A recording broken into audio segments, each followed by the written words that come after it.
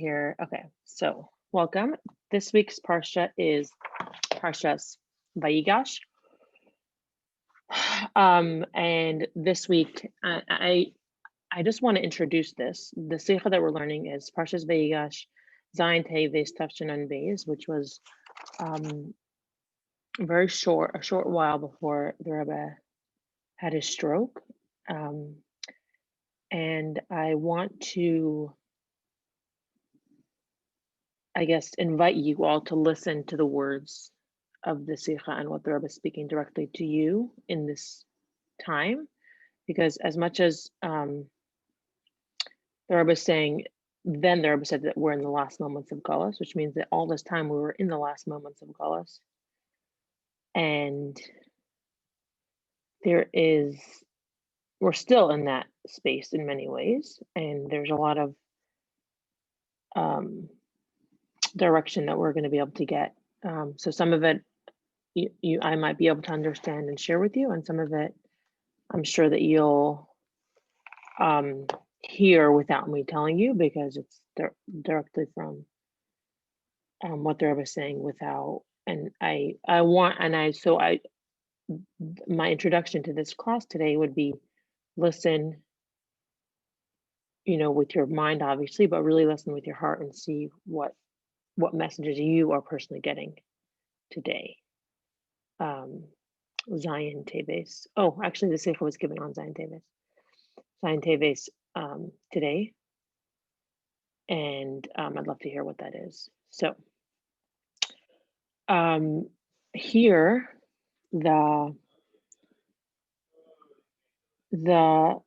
we spoke many times, right? The Rebbe says that many times he spoke about the idea that Torah is a lesson in every single time, always, especially connected to the Parsha, especially connected to the season, especially connected to the time that they're on Yom Tov or whatever. So the whole idea of Vayigash Elav Yehuda, that Yehuda approached Yosef in this space, there is a very everlasting lesson for us that is clarified that clarifies and gives understanding to what we are supposed to be doing today. So looking at the story, we'll get very direct clarity and very direct understanding and appreciation for who we are supposed to be in this time, and what we're supposed to be doing. What does that mean in this time specifically? Because we are so close to the final and complete geula, redemption, integration of all the worlds, and this is going to give us very clear explanation. So we're going to look specifically in this parsha. I'm going to start reading inside from Gimel, but I just want to clarify here that Vayigash Elav Yehuda, which means that Yehuda approached Yosef, right? Why did he approach Yosef? Because he wanted to ask Yosef to release Binyamin, his son, from prison, right? Because there was a whole story with the cup, and right, basically Yosef framed Binyamin that he was the one who stole this special cup, and he was immediately imprisoned. And then Yehuda is trying to fight for that, because this was so important,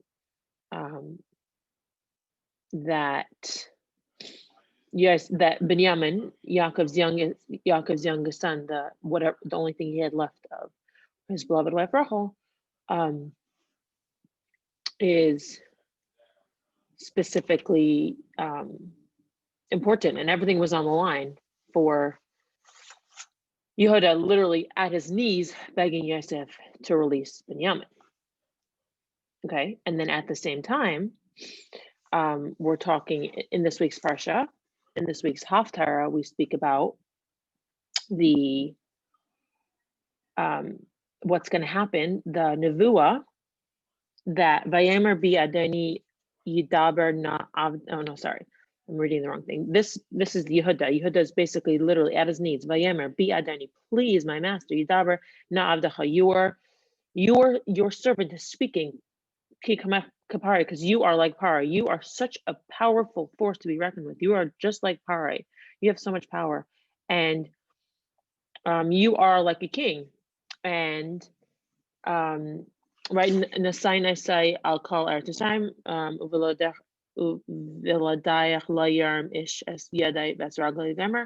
and without you, nobody would lift a hand, and nobody would lift a foot. No one would be able to do anything without your power, right? You have so much power, and that's what Yehuda is telling Yosef. So that's the piece in the parsha, and in the Haftorah of this week's parsha, it speaks about. So obviously, always the Haftorah is connected to the parsha. So in the parsha, the Nevuah talks about the ichud, the unification, the union of Malchus Yehuda and Malchus Yosef, right? Because Ephraim and Manasseh come from Yosef, right? So in the future, when Moshiach comes, obviously the Navi tells us, Yechezkel tells us that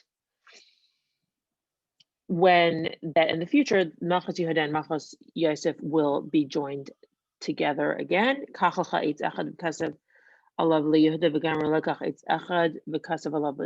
it's basically like this physical, contract or whatever that they're doing. Hashem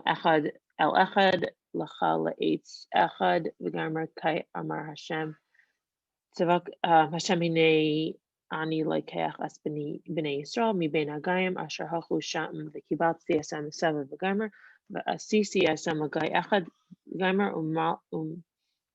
melech echad yeh lekulam v'gamer v'david abdi nasi l'olam lahem l'olam v'gamer v'yedu hagayim ki ani Hashem. So basically, there was this contract basically that they're doing, and then they were saying here, what's the wording behind the wording behind this, that the union of Yehuda and Yosef are going to be of the two what's it called, the two kingdoms.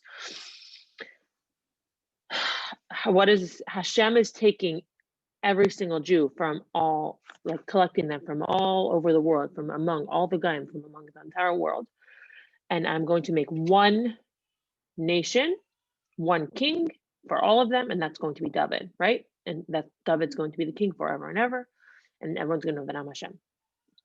So it's interesting because there is kind of like a switch here, because while in the Parsha we're talking about Yehuda being at the knees of Yosef and being on his knees at Yosef's feet, basically, like Yosef is the one who's in control. Yosef's the one who's calling the shots. He's the one who is the ruler technically of the whole inhabited world at that time.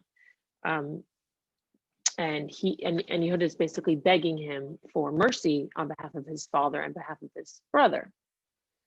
Whereas in the Navi, it's a different situation where we talk about the unification of the kingdoms of Bnei Israel, and specifically how Yehuda is going to be the one rulership over the entire Bnei Israel. Okay, so the question is, how these seem to be very different stories. The themes seem very different in the Parsha and in the Haftarah. So what does that mean?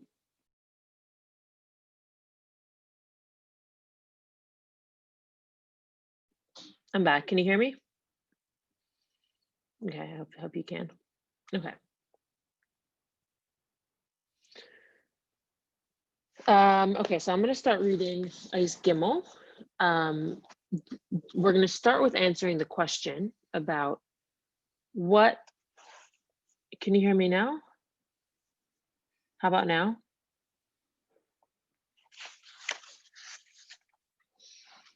Now, okay, perfect. Thank you. Thanks for the feedback there. So the question, I'm just going to repeat the question then.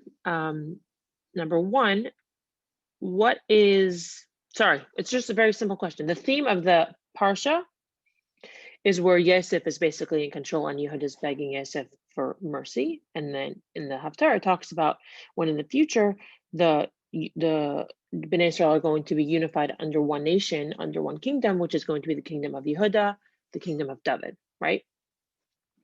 David Melech Yisrael Chai V'Kayim, right? He's gonna, L'Olam Vad, he's going to live, he's going to be the Nasi, the leader forever and ever. So,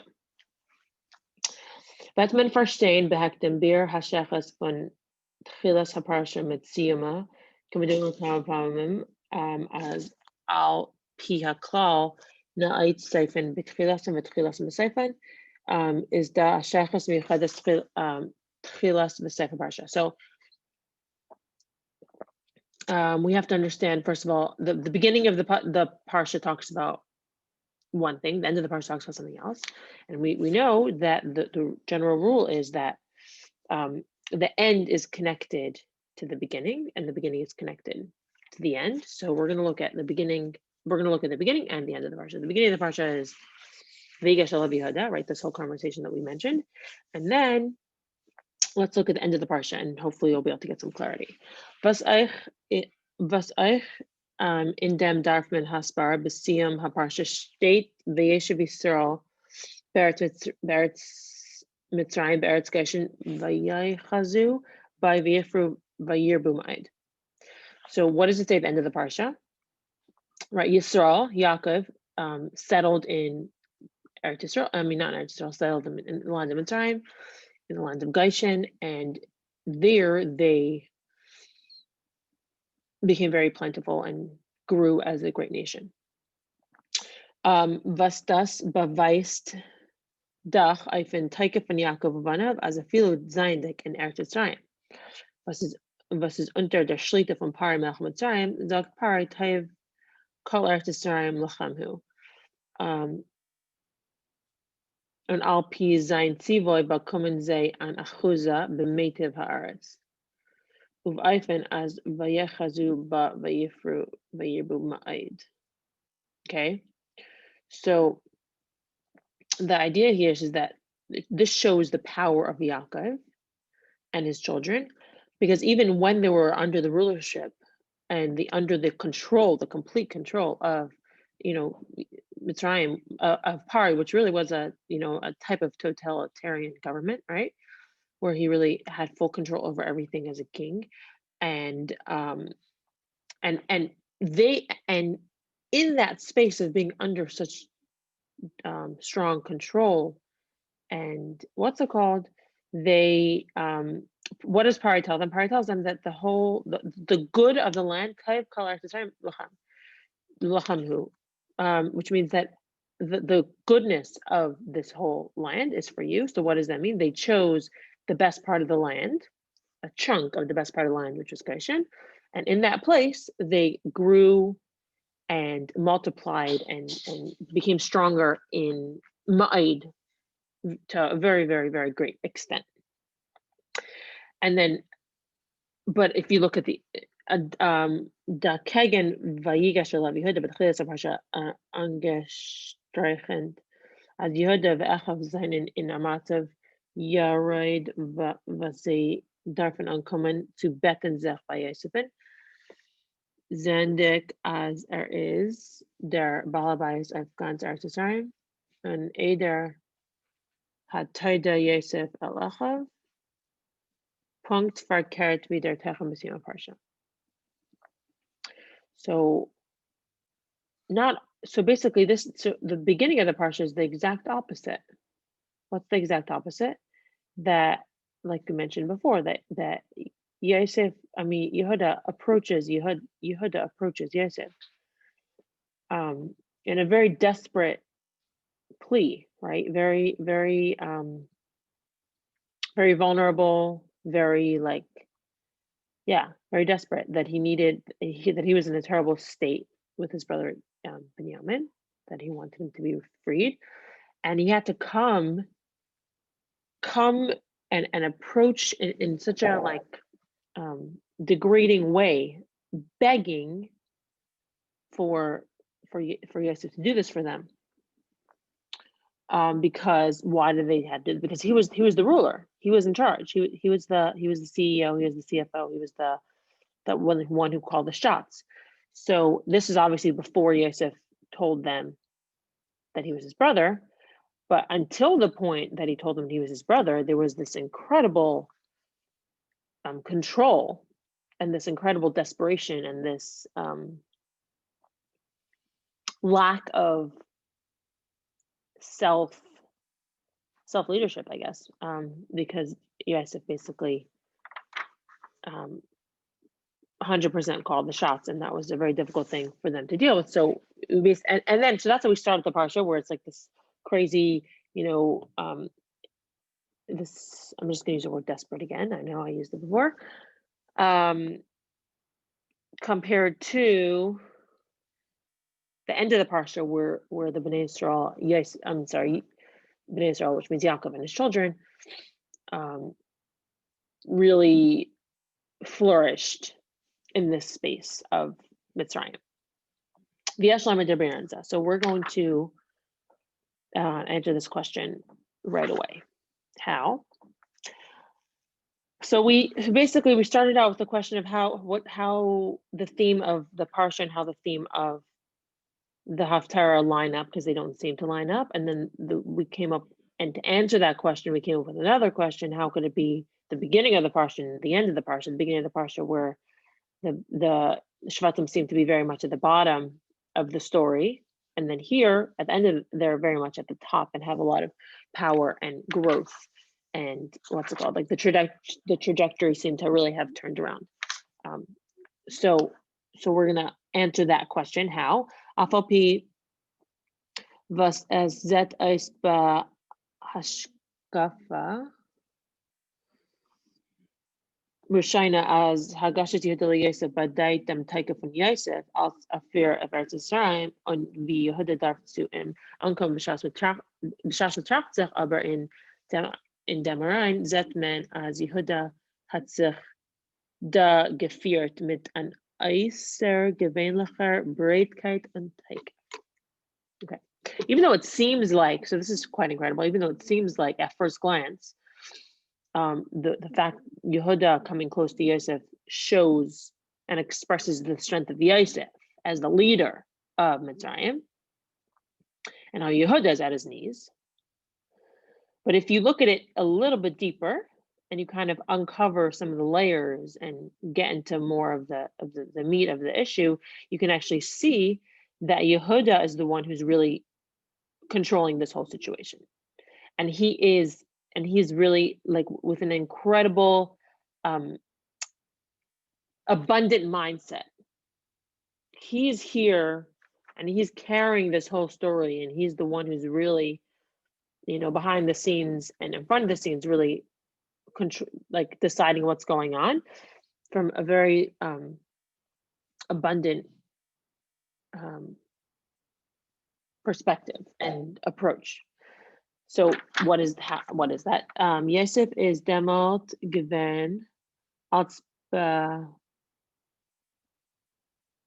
okay, one second. There's so at that point Yosef was under Pari, shalit al aretz was ba biladayach layarm ish esyade ves ragle b'chal eretz. So what does Yehuda tell Pari? He tells him that you are the ruler of the land, and without you, nobody can lift a hand or foot in the entire land of Mitzrayim. You're the one who calls the shots. You're the one who really has the full control. Under two, I think I need to come up with a new word. Under two is Pari demot given a Moshe be kipa.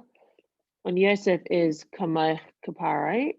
The Yehuda hat alain gezak. So basically, because Pari was so powerful and Yosef was directly under him, obviously Yosef had this full control. Von deswegen sagt man, as Yehuda nicht wissendig is, as nicht wissendig as das is Yosef Echav, is davon nicht nispel geworden und hat geführt mit der ganzen Breitkeit, as a filo nicht bentig friers, betnik frier schuss by Yosef and geht zu Yosef und mit der Hagasha shel Taikif und redt mit dem Kashes, was der Fahr hat warnt al Yichar Abcha Apapi was hat sich durch dem Angestellt in Sakanas Nefashis Wissendig was Yosef kenem Tanzuli sein Chutzpah. So the fact, so it's basically kind of like a double-edged sword, because the fact that Yosef, that Yehuda appreciates and understands that Yosef is the ruler of the land, that means that if he's approaching Yosef on any issue, it takes a lot of guts. Okay, it takes a lot of he has to have a bigger, I'm saying like abundance, but he has to really think big, right? Because he's thinking so big, he has the chutzpah to approach Yosef. And even he's not even asking for permission, because usually if you want to engage in a conversation with a leader, especially a king, especially somebody who has so much, he obviously has to ask permission. Yehuda didn't ask permission. Yehuda just decided on his own. This is what he was going to do, and he, with an incredible strength and with an incredible fortitude and direction, he came to speak with Yosef, and he actually spoke very strongly, right?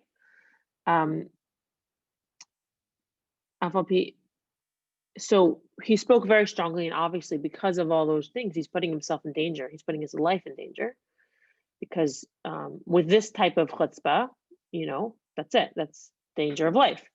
So kommt der von Eis as Vayigash Elav Yehuda bringt gar reis dem Teike von Yehuda. So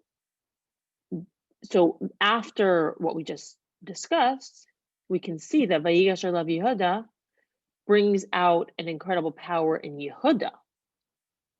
That Yehuda is very powerful, because he was the one who made the initiation of this conversation to the ruler of Egypt. Alpizes verstandig die Shachas zwischen Vayigash Elav Yehuda mit dem Teike von Eden Be'eretz Yisrael b'siyum of Parsha Vayeshev Yisrael Be'eretz Yisrael Be'eretz Geshen Vayechazai by Vayifru Vayiru Ma'id.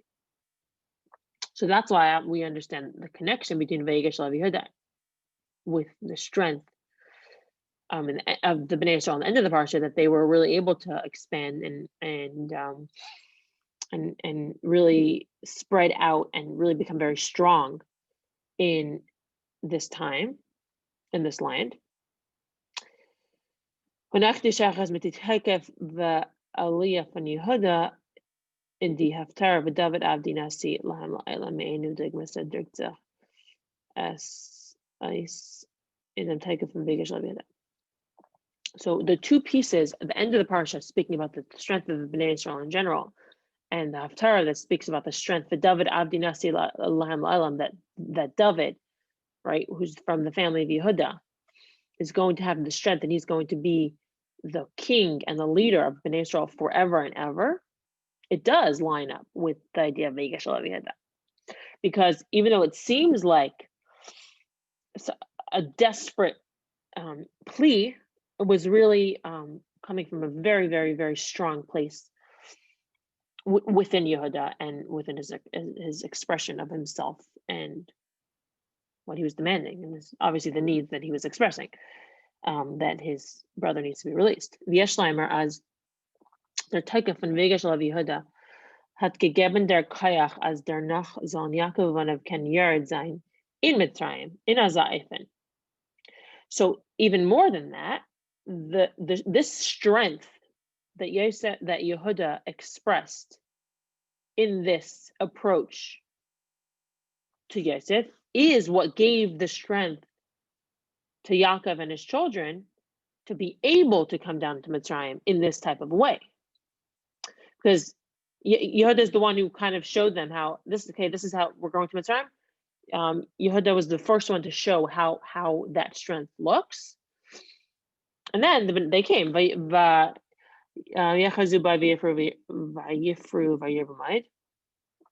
would like to figure out, if you could help, Vayifru, Vayirbu. Well, how can we, I know like they grew, but I want to think if there's another word.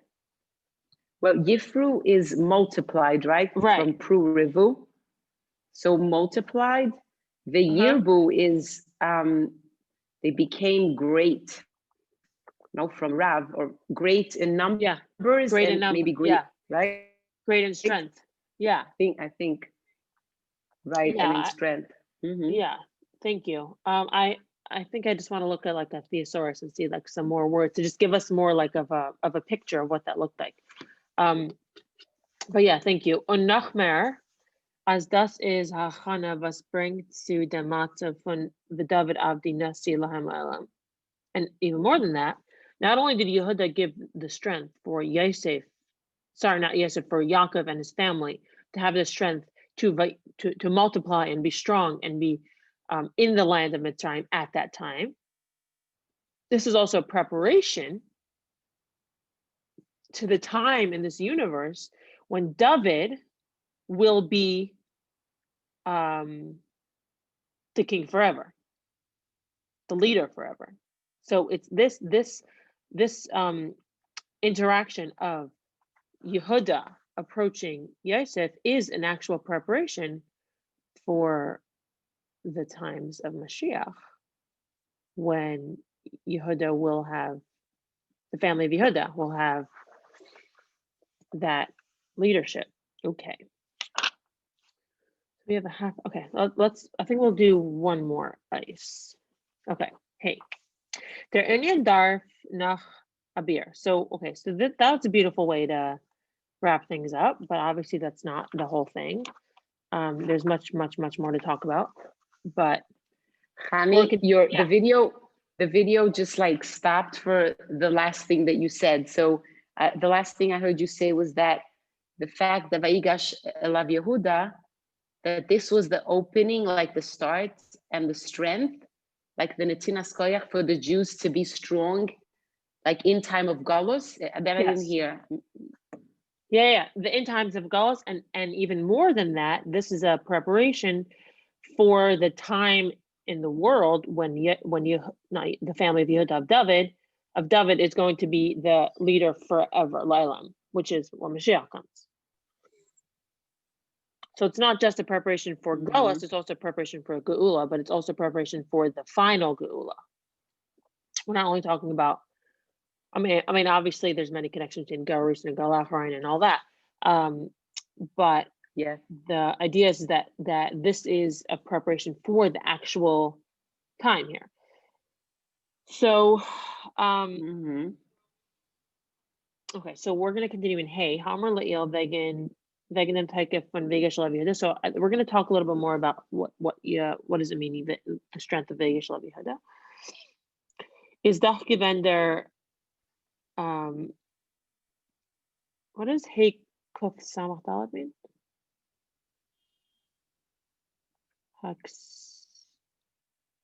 So mine is in Hebrew. So where you at? The beginning of Ha'inyan Doirish Adain Bi'er. Oh, that this, right, that this needs still more clarification. Yeah, no, there's like more explanation here. Hakuf Samach Daled. It's like three lines down. Oh, 2 lines down. Haka Salka de Atra. Oh yeah, Lefi Haka Salka de Atra Shel Yehuda. I think the Atra is knowing. So according to what I think, what Yehuda knew at the time, that Yosef was the Mishneh Lamelech, according to what he knew, I think that's what it means. Yeah, I think so. Yeah, exactly. Yeah, that makes sense. So Yosef, as Yosef is given Mishneh Umas Island, Eder had tidy Yosef. Okay, so right, everybody, the way that it works in life is that you act and you say things based on what you know where you are, right? So Yehuda, what did he know at that time? He knew that Yosef, he didn't know who Yosef was. He knew that he was the Mishneh Lamelech. He was the second to the king of Mitzrayim, of the most powerful country of the time. He didn't know that Yosef was his brother. I think it's just important to realize that, like, whatever you know, what's it called? looking back, sometimes you have more clarity, but usually the way that you act is you make the best choice for what you know at that time, right? So at that time, this is what Yehuda knew. So I think that's an important thing for us to know, right? That was his perspective. Asagam as benegeh to dem taikif shel Yehuda is das keinaf gimen nit.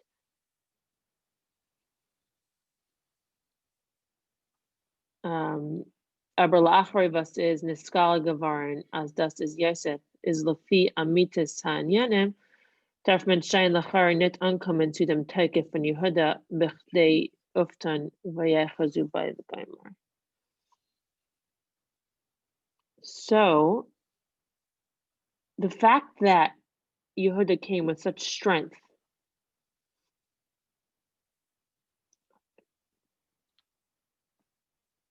so it has nothing to his strength came from the fact that the Yosef was representing Mitzrayim, not the Yosef was representing himself. Then after it was revealed who Yosef really was, right? Maybe we don't need this strength anymore, right? So that now we're like kind of putting cold water into Yehuda's like, okay, maybe we don't need it. Maybe we don't need this in the strength because we have Yosef. It's Yosef, and even though at the time we didn't know that that's what it was, now we know what it is. So that means we can kind of lower down the intensity. We can take it down a couple notches. Vader Parsha says there takeoff and ve'echazu gekommen durch Yosef, and even more so because the whole vas vayashlichani alekim apneim l'shem sure so. Okay. So right. So we're like, wait, like what's all this drama? What's all this intensity? If we know it's Yosef, then we can calm down, right? Even more than that, because Yosef through the whole situation of the fact that Bnei Yisrael, that the Yaakov and his children had access and were able to live in Goshen and everything, that came from Yosef. But it didn't come from Yosef as he was Mishlam Melech. It came from Yosef as he was Yaakov's son, right? Is b'schos Yosef had pari gesagt taiv kol Eretz Yisrael l'chamhu und geheißen sie abgeben an achuza b'meitav Eretz ub'ayfen as v'yachuzu v'yifru v'yirmaid. So like sometimes when you find something else, you can kind of like with more information, you can kind of change the attitude, change the approach. Right, but Hani, over here it's interesting that the Rebbe says kvar lo yizkukim lichoira. Like at first glance, it would seem that he doesn't have to come with so much strength. Exactly. Superficially, but just that word lichoira is at first glance. But let's see. I guess it had to be that way. He had to come because that's what was going to be the opening for them to be fruitful and great in Mitzrayim later on. Exactly. And I think it's also very important to like the fact that the Rebbe is breaking down these questions so much and breaking it down. But as you listen, like there's so much wisdom and answers within the questions. It's like, I'm like, so like, wow, like that's such an important point. And then kind of think even just applying it to some of your own like experiences of like, and realizing that the fact it was Hashgacha Pratis, obviously Hashem didn't want Yehuda to know. And he had to come in this way. But why? Right? So I think and it's so, I feel like it's such a like brave way to teach, to be like, the amount of times that the Rebbe uses, especially in these seichas, to really make us think, like, and not take it just as it is, right? And hopefully we'll come up with more questions as we go along, and that's incredible. Because honestly, like the first half hour of today was enough, right? Beautiful. Okay, it's all connected to Moshiach, gegangen, But no, we're not going to leave it at that. Weil darf man verstehen, wenn geht zu der Haftorah, wie bald als der Teike von Yehuda ist nargeben lefi shahi. Was hat es farashechas mit dem Teike von Yehuda in der Haftorah. So we have the strength of we have to understand the strength in the of Yehuda in the Haftorah. Vibad as their takeoff and Yehuda is nargiven lafisha. So basically, the whole like strength of Yehuda taking over and manifesting a new kingship came with a lot of strength. And this is, but it was only the beginning. So this obviously has a lot to do with the strength of Yehuda. And talking about Rabbi Vibad as Yosef Atzadik is their balabayas. In Mitzrayim, was is there nach Miskal geworden as a der Taike verkehrt von der Haftarah, who es rät sich wegen Aliyas Yehuda legabe Yosef und David Abdi Nasi La'elam. So maybe we got the whole thing wrong. Maybe it's a totally different theme. Because the fact that Yosef was the ruler of Mitzrayim is telling us that this is a beginning of a taking over and a strength over. One second, sorry. This yeah, this is the opposite of what it says in the Haftorah. Like the fact that Yosef HaTzadik, he's the Baal Bais of Mitzrayim, right? Afterwards, it was revealed that he was, right? I mean, first Yehuda thought he was Mishneh Lamelech, but then when he found out that it was Yosef, so this, it seems L'choira, again L'choira, that this is the opposite of what the Haftarah says, which is talking about the Aliyah, the superiority, the elevation of Yehuda, Legabe Yosef, that David Avdi Nasi Lahem La'olam. So I guess it's more question, like the strong Yehuda at that time before Yosef. No, because the Rebbe is saying like this, we need to understand now, because before we would talk about the Parsha, now we're going back to the Haftorah. So now we need to understand what it's talking about the Haftorah, because in the Haftorah it talks about the strength of Yehuda. But afterwards, when we find out that Yosef is Mishlalam, is Yosef, so then now we see, so now we're seeing that Yosef is the strong one. Right. Okay, so this basically brings us, he's Yosef. Yeah. Okay, so this brings us back to our question in the beginning. So we thought we answered it, but we're kind of back to saying that Yosef seems to be the one with the upper hand here. Yeah.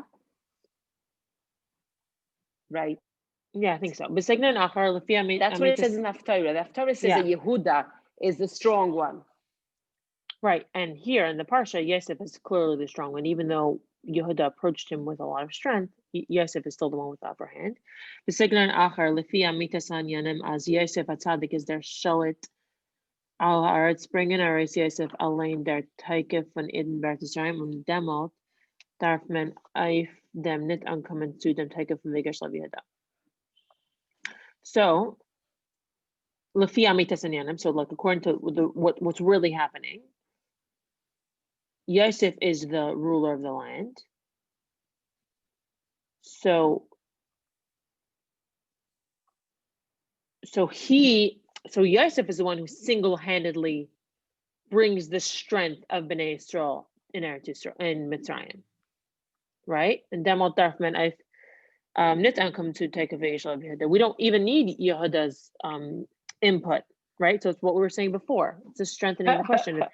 If like, sorry, we don't need you, like we're good, right. Like let's tone it down a little. Vibal does aber. Vibal daber as it's almost, yeah. Right. It's almost like there's a little bit of humor here almost. Yeah.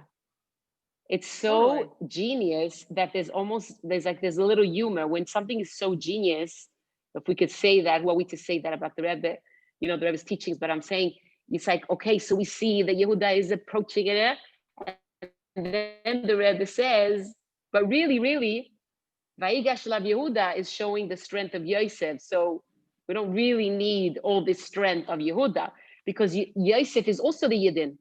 Right. It's also representing the Yidden. Yeah, so like everybody relax here. Like we have Yosef, we're good. Vibald Aber, but obviously we're not. Vibald Aber as Al and Yamin in Torah and Amitim and Nitzrim. So obviously everything in the Torah is true and everlasting and forever. And like we said in the beginning, it's very much connected to a lesson that we need to take. Darf man sagen, as der Teike von Yehuda, V'yishlav Yehuda's nit blaze and Inyan Lafisha, nor das tot eif achidash afil lagabe Teike b'shel Yosef zmanahu, dafka b'kayach zeh ken der v'yechazu v'gaimer on dem on das vert Eistiachana to David Avdi Nasir Ilam Lahem Ilam Asadabe. So interesting because so basically we're going to come back and say that even though it seems like Yosef's the one who has it all taken care of, he has it all, he has the deal in the bag, and the Bnei Yisrael, Yaakov and his sons just have to show up, and everything will be beautiful, and everything will be taken care of, and they'll be able to accomplish whatever they have to accomplish. But it can't be because everything in the Torah is forever. Everything in the Torah is true. Everything in the Torah keeps on, and it's not. Everything in the Torah is not only a road or a bridge to something else. In and of itself, it's very powerful and important. Okay, so it's like when you think about like being mindful in the moment, like this moment is very valuable and very important, and an important catalyst for what's going to happen in Mitzrayim moving forward. It's actually very interesting because I remember thinking, I'm like, this is so weird. Like, I remember having these questions as a child, but I obviously wasn't able to articulate it. But this whole idea of like Yosef being like, you know, up there in Mitzrayim brings a lot of questions of like, what really happened? What really was the power of Bnei Yisrael when they came, right? So we're gonna give a little answer here, which obviously is going to bring to more questions. V'yeshleimer as das is move on echter fun was es steht v'esti hudashal lefanav es el Yosef laharis lefanav geishna lefnais lay makem laharis ha'ir itasheva. Okay, so obviously we maybe lachara, not lachara. V'yeshleimer means that the Rebbe is saying here. This is a chiddush, saying that what does it mean that Yehuda was Yaakov sent Yehuda before him to Yosef to show Goshen, right? To prepare a place for learning, to prepare a place for Bnei Yisrael. Obviously, we've learned for our entire lives. What does that mean? He established a shul and established a school and everything. So how does this connect to the strength of Yehuda? Vibald as Lachar Vibald as Yosef hat angeführt mit Mitzrayim und Alpi Tzivo Par hat abgegeben Metiv Haaretz zu Yaakov. Uvanav is for us. Darf man ankommen zu Yehudin lefanes Makom Haaretz Ha'ech Yitashev Ba.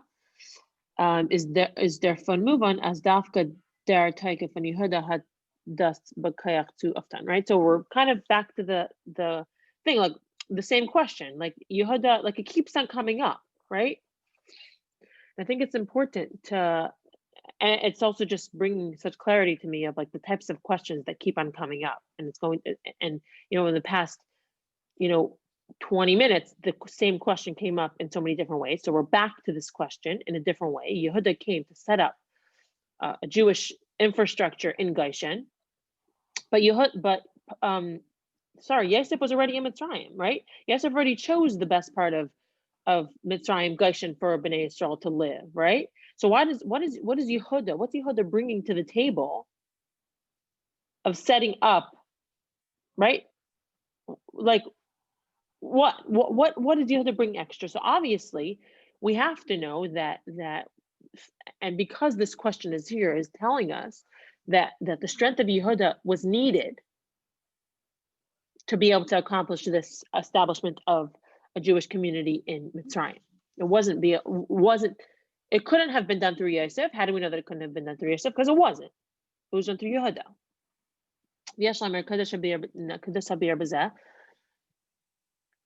Der Teige von der Eden be Alam Hazeh in Zman Golus kol ha-malchiyos nekras al Shem Mitzrayim gufa ken zayin tzvei afanim. Okay, so here we have a takeaway here.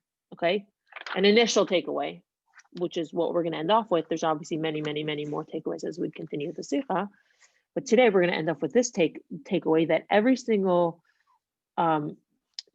Jew, the strength of a Jewish person in this world, in the time of Golus, can come in two ways, right? A Yehuda way and a Yosef way, right? All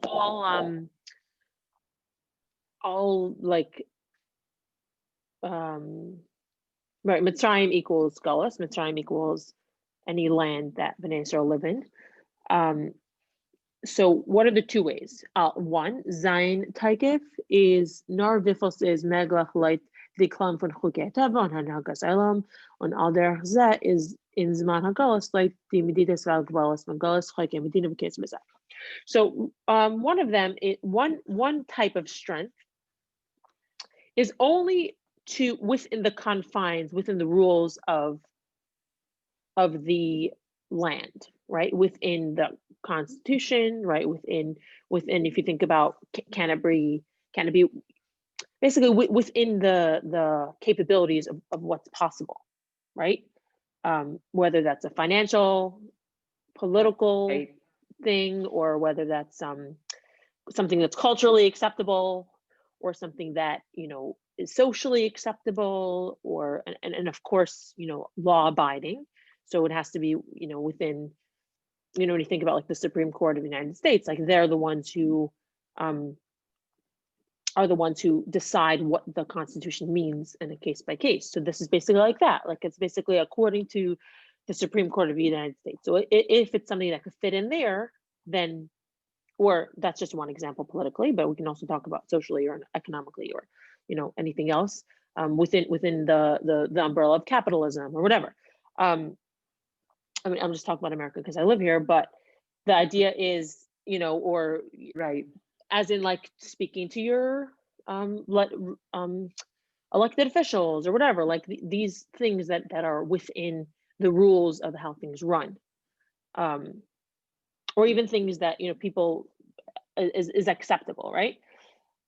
So that's number one, and within all that, he can accomplish a lot, and there's a lot of strength within that way of engaging with the world.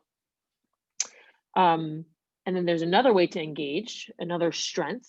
Steht in ganzen Hecher von den Elam, Vumas Elam, von Golus. So, and then there's another point where he literally stands above, higher than anything going on in the world, anything going on in the country, anything going on in the Golus even. He's standing above all of Adrab and even more than that, and taking it to the next level.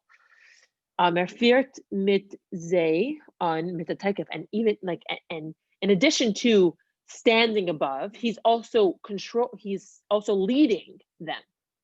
Fiert, yeah, I'm going to use the word leadership. I don't want to use the word control, but he's leading them with with an incredible strength. Biz as and this, the strength of his leadership is able to change even the chukei, even the laws and the ways, and I'm going to say that the laws and the culture, hanhaga, right? The culture and the social norms of the country. V'yesh lamer as their taikif and Yehuda tut eif as an id is nitnar a Moshel the shailet. And our balabais eif umas alam bismana Golus, like the kloim, von Welt on von Golus, wie das is given by Yosef, nar beeifen as steht in ganzen Hecher der von Kedilkama. So it comes to a point where we could say that the strength of Yehuda does something so much greater than the strength of Yosef. How? Because not only is he controlling and leading like as a king, right? And is the balabais, which means the the head honcho, the decision maker, the whatever you want to call it, from the entire world and Golus, but even more, but he's doing it in a way. So maybe that's his position, but he's doing it in a way that completely stands above anything that goes on within the confines of what has to happen. And if you think about, I kind of think about it in like different planes, like in geometry. No, not geometry. Yeah, geometry, where you have two different planes, right? So you have interceptive lines, you have parallel lines, you have lines that go up and down, and then you have different planes, right?